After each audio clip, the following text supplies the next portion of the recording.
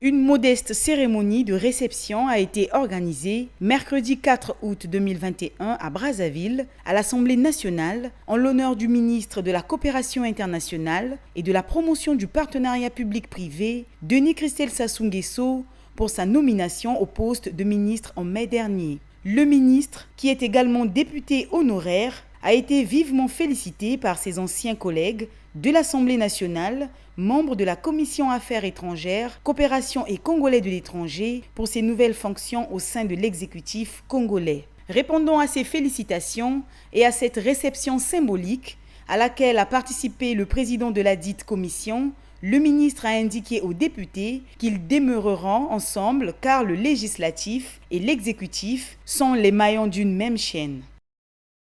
Abou Lo, ambassadeur du Sénégal au Congo, qui a récemment débuté sa mission diplomatique dans notre pays par la présentation de ses lettres de créance au chef de l'État en juillet dernier, s'est entretenu le 5 août avec le chef du département de la coopération internationale et de la promotion du partenariat public-privé.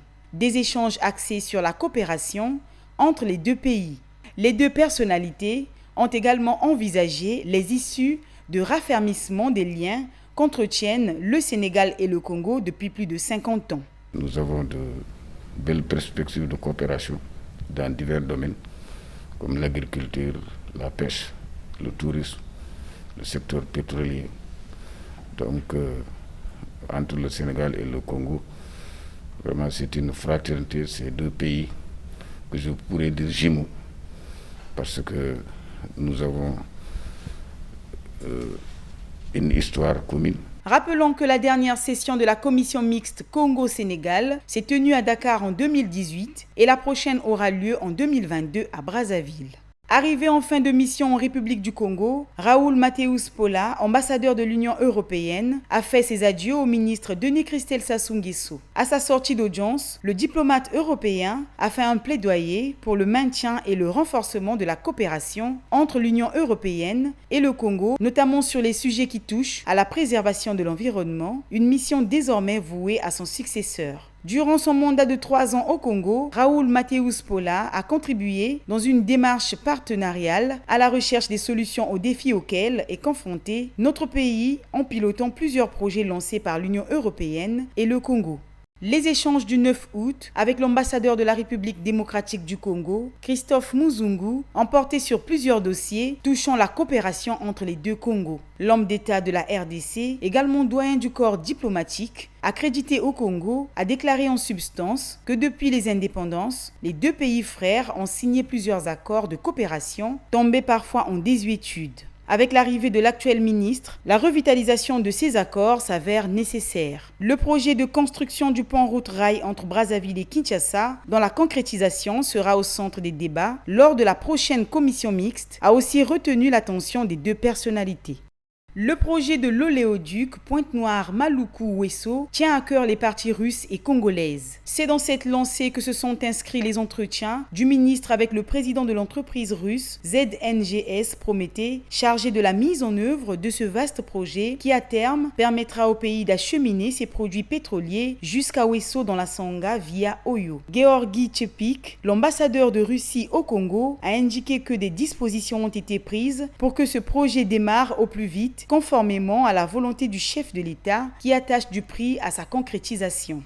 Le 11 août, une visite de terrain a conduit le ministre Denis Christelle Sassou Nguesso au parc industriel et commercial de Maluku, situé à environ 60 km au nord-est de Brazzaville. À l'occasion de cette sortie de terrain, le ministre s'est rendu dans le site d'assemblage des tracteurs agricoles d'Eco Kamako, une société mixte détenue par l'État, l'entreprise privée congolaise EcoHall et la société chinoise Ito China Africa Machinery Corp Kamako. En sa qualité de ministre en charge de la promotion du partenariat public-privé, Denis Christelle Sassou Nguesso a affiché son optimisme quant à l'avenir de cette co-entreprise qui va œuvrer pour la mécanisation de l'agriculture, contribuant ainsi à son développement prôné et voulu par le président de la République. À l'issue de cette visite, le ministre a confié qu'il effectuera une autre visite à Maluku. Cette fois, il sera accompagné de partenaires extérieurs qui envisagent faire un investissement direct dans ce parc qui est une composante de la zone économique spéciale de Brazzaville.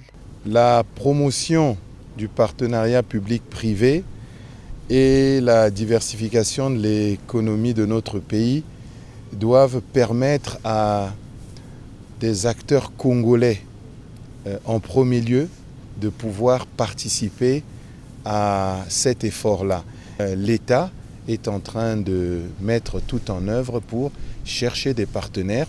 Nous reviendrons ici à Maluku avec des partenaires extérieurs qui souhaitent faire un investissement direct dans cette zone commerciale et industrielle pour essayer justement de faire en sorte qu'elle puisse entrer en phase d'activité de manière globale. Thérèse Ayandri Yoman, ambassadeur de la République de Côte d'Ivoire au Congo, a échangé le mercredi 18 août 2021 avec le ministre de la Coopération internationale. Les deux personnalités ont fait un tour d'horizon de la coopération entre les deux pays qu'elles envisagent de renforcer en mettant un accent particulier sur la diplomatie économique. Ils ont aussi fait le point des opportunités économiques qui se présentent dans les deux sens, notamment dans le secteur agricole. Le développement agricole est un pilier essentiel de diversification économique des pays africains, a reconnu la diplomate ivoirienne, avant d'ajouter que la tenue de la prochaine session de la commission mixte Côte d'Ivoire-Congo a aussi été au menu des échanges.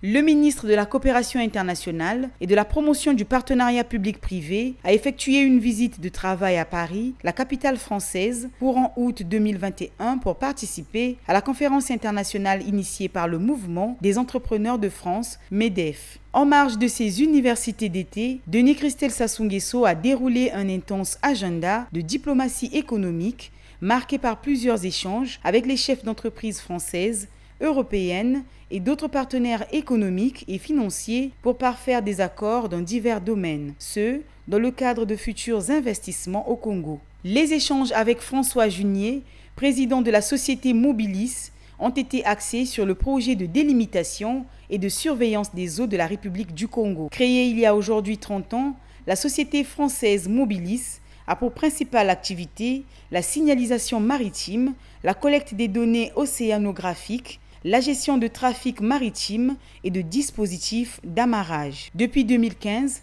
l'entreprise porte un projet concernant la gestion du trafic le long de la côte congolaise, tel que précisé ici par son patron. Le Congo fait partie de nos objectifs au travers de ce projet qu'on vient de vous présenter. L'objectif, c'est la gestion du trafic le long de la côte congolaise et la gestion des accès maritimes du pays. Ce système de surveillance doit nous permettre de contrôler les activités de pêche et toutes les autres activités industrielles pétrolières qui se passent sur la côte congolaise et qui permettra au gouvernement et aux ports autonomes de gérer ces accès, de gérer les escales des navires en avance et d'être plus performants dans le futur. Au cours de ces entretiens avec Shmuel Friedman, ancien chef de cabinet au ministère israélien de l'Agriculture, le ministre a présenté à son hôte le projet de création d'un centre de production d'engrais qui doit faire l'objet d'un partenariat public-privé. Ce projet devrait à terme permettre d'améliorer la production agricole locale, renforcer la sécurité alimentaire et ouvrir la voie à d'importantes opportunités d'exportation de produits agricoles congolais. Il a pu noter une volonté de pouvoir travailler notamment sur le renforcement des capacités de sécurité alimentaire, sur la production de centres très importants au niveau d'engrais notamment, sur la partie micro-irrigation. Monsieur Samuel Friedman se met, lui et l'État hébreu, à disposition de la République du Congo pour pouvoir répondre à leurs problématiques et pouvoir surtout présenter toutes les technologies israéliennes qui sont les plus efficaces et reconnues de manière mondiale. Relife Group est une entreprise de santé numérique spécialisée en intelligence artificielle. Elle dispose d'une plateforme de communication des données de santé entre les professionnels de santé, les citoyens et les acteurs de santé sur un territoire national. À la séance de travail du mercredi 24 août avec le ministre de la Coopération internationale et de la promotion du partenariat public-privé, le docteur Adnan El Bakri, président de Relife Group, a dévoilé l'ambition de la société de s'implanter au Congo dans le cadre d'un partenariat essentiellement orienté vers deux activités, en l'occurrence la prise en charge des patients et la recherche médicale. Nous sommes aujourd'hui à la recherche d'une terre d'opportunités. On voudrait se développer sur le continent africain. On vient de réaliser une levée de fonds en série A de financement de 50 millions de dollars avec un fonds d'investissement américain. Et donc, nous avons discuté avec Monsieur le ministre de cette opportunité de déployer notre technologie au Congo. Et donc, nous avons discuté de la possibilité, par exemple, de mettre en place cette identité, de générer cette identité numérique pour permettre l'affiliation des citoyens congolais à l'assurance maladie et donc créer de l'inclusion numérique mais aussi de l'inclusion sanitaire donc en particulier suite à, comme vous avez vu évidemment la crise du Covid qui aujourd'hui accélère le déploiement de ces technologies-là et donc nous, ça c'est une première piste très intéressante de mise en place de cette couverture maladie universelle via une technologie qui permet de l'accélérer. Dans la capitale française, le ministre Denis Christelle Sassou Nguesso a reçu Karim Ait Talb, directeur général délégué du groupe Advance Géo Coton. Il s'agit d'un opérateur agro-industriel implanté en Afrique depuis 1945. Présentement, il développe des activités dans une quinzaine de pays d'Afrique de l'Ouest et d'Afrique centrale. Le groupe opère aussi dans le secteur de l'énergie solaire. Nous avons eu la chance de pouvoir rencontrer Monsieur le ministre afin de lui soumettre un projet extrêmement structurant qui consiste à déployer un réseau de kits individuels solaires à l'échelle du Congo qui permettra l'accès très rapide à la population d'une énergie propre, accessible et extrêmement rapide puisque finalement ce sont des solutions plug and play, donc vous recevez le kit le jour même et c'est directement branché dans votre habitation. Le 25 août, le ministre Denis Christelle Sassou Nguesso a conféré avec Christian Van de Sampel, directeur de la société belge Sopex Consulting. Ce chef d'entreprise, dont la société est déjà active au Congo dans la relance de l'EVA Culture, a évoqué la possibilité d'établir un partenariat public-privé dans le secteur minier. Nous avons échangé au sujet de la possibilité d'établir un partenariat public-privé dans un secteur très intéressant et phare du Congo, qui est le secteur minier. Nous pensons qu'il y a des opportunités de ce côté-là, et c'est la raison pour laquelle nous avons présenté les axes de développement de ce projet. Je pense que c'est une réunion qui a été très intéressante et fructueuse. Je pense que le ministre a bien compris les enjeux de ce projet, l'intérêt que cela pourrait avoir et une belle complémentarité entre, d'une part, des intérêts privés et des intérêts publics. Avec Léonce Da Silveira, vice-président de la société Authentix pour l'Afrique centrale et de l'Est, spécialisée dans la traçabilité des circuits d'approvisionnement et d'export, le ministre de la Coopération internationale et de la promotion du partenariat public-privé a échangé sur les futurs investissements de cette société au Congo, notamment dans l'amélioration des circuits d'exportation en déployant des solutions innovantes et de pointe pour donner de la valeur ajoutée aux produits d'exportation du Congo, mais aussi assurer la traçabilité des produits locaux ou importés mis à la disposition de la consommation locale. Nous avons eu avec Monsieur le ministre des échanges très intéressants qui ont tourné autour de la façon dont nous pouvons travailler avec la République du Congo pour améliorer les circuits à la fois d'importation et d'exportation. Nous avons eu des échanges de très haut niveau.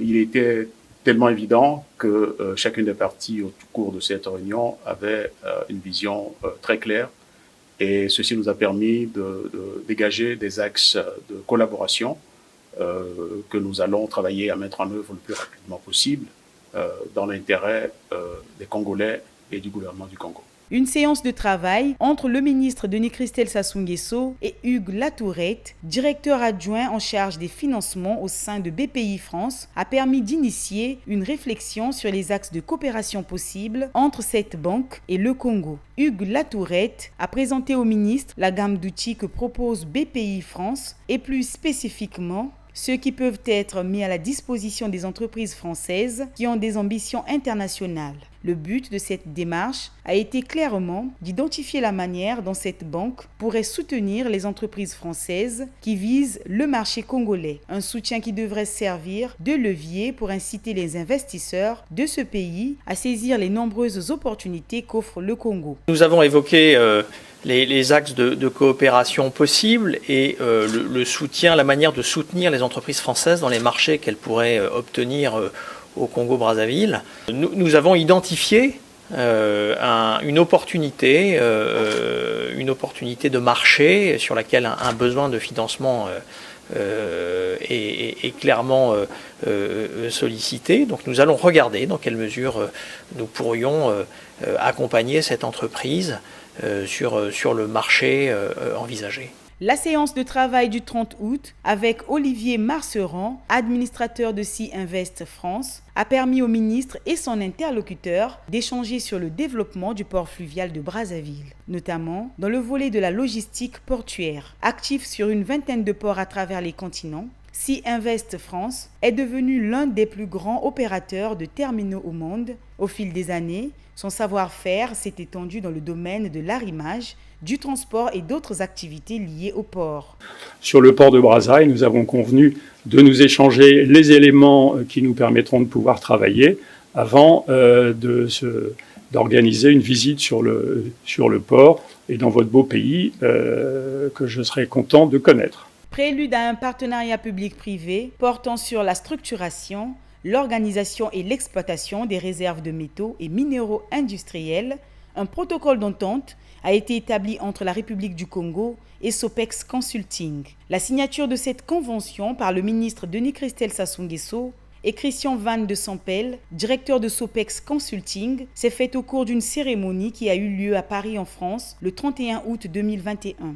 Le projet envisagé par les deux parties a pour objectif la réglementation, la normalisation et surtout l'augmentation de la production dans le secteur aurifère. En présence du Premier ministre, chef du gouvernement, Colline Makosso, un protocole d'entente a été conclu entre la République du Congo et le groupe Géocoton Advance pour la distribution de kits d'énergie solaire auprès des ménages. Signé pour le compte du Congo par le ministre Denis Christel Sassou Nguesso, le protocole établi marque le premier pas vers la création d'un partenariat qui va permettre de mettre à la disposition des Congolais des solutions d'électrification individuelle faciles à installer. Cette signature est consécutive aux échanges que le ministre en charge de la promotion du partenariat public-privé a eu le 25 août dernier avec Karim Haït Talb, directeur général délégué de Géocoton Advance. Le 31 août à Paris, le ministre Denis Christel Sassou Nguesso a procédé à la signature d'un protocole d'entente avec Anwerk GmbH, une entreprise appartenant à la holding Brosnan Norden, un groupe allemand évoluant dans le domaine de la santé. Ce protocole d'entente, qui doit aboutir à un protocole d'accord, vise à renforcer les capacités de test PCR du Laboratoire national du Congo et par conséquent soutenir les nombreux efforts déjà entrepris par le gouvernement pour lutter contre la Covid-19.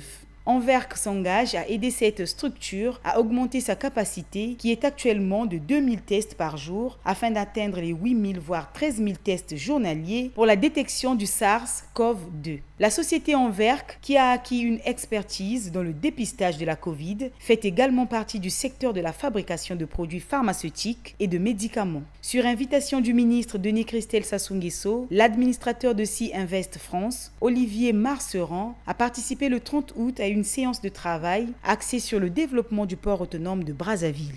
En effet, le groupe Sea Invest pourra être un interlocuteur dans le cadre du développement nécessaire des opérations sur ce port et cet échange a permis de poser les bases d'une éventuelle collaboration entre cette entreprise et le Congo. La collaboration envisagée pourrait toucher aussi bien le volet logistique que portuaire dans le but de mieux en définir les contours. Une délégation de Sea Invest va séjourner prochainement à Brazzaville pour, entre autres, visiter le port concerné.